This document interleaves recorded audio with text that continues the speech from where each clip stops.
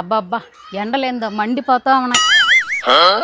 Lucky tea, lucky water, lucky snacks. Show time.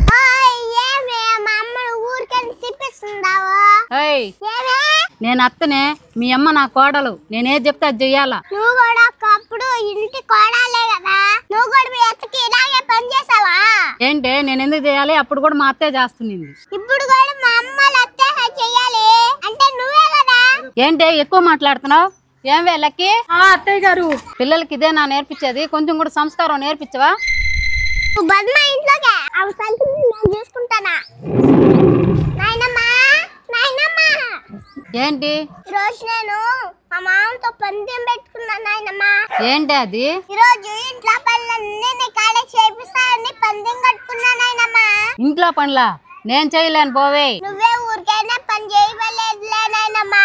ఒక్కొక్క పనికి 500 ఇస్తా. 500? అయితే ఏమేమి పనులు ఉన్నాయి చెప్దు కదా. సాయంకాలం టటై. కార్తీక అయిపోయింది పని. ఇగో 500. సరే. నాయనమ్మ సామాన్లు అయిపోయింది కార్తీక. ఇదిగో 500. నాయనమ్మ ఈ జోడి ఎలా ఉన్నాయో? అయిపోయింది కార్తీక. 500.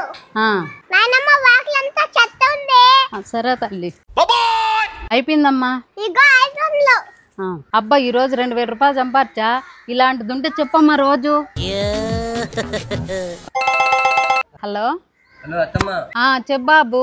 అది మా అక్క మీకు చీర కొనాలని నన్ను డబ్బులు అడిగింది. నేను వచ్చినప్పుడు మీరు లేరు, అందుకే బుడ్డదాన్ని చదివించాను. జాగ్రత్తగా తీసుకోండి అత్తమ్మ మీరు.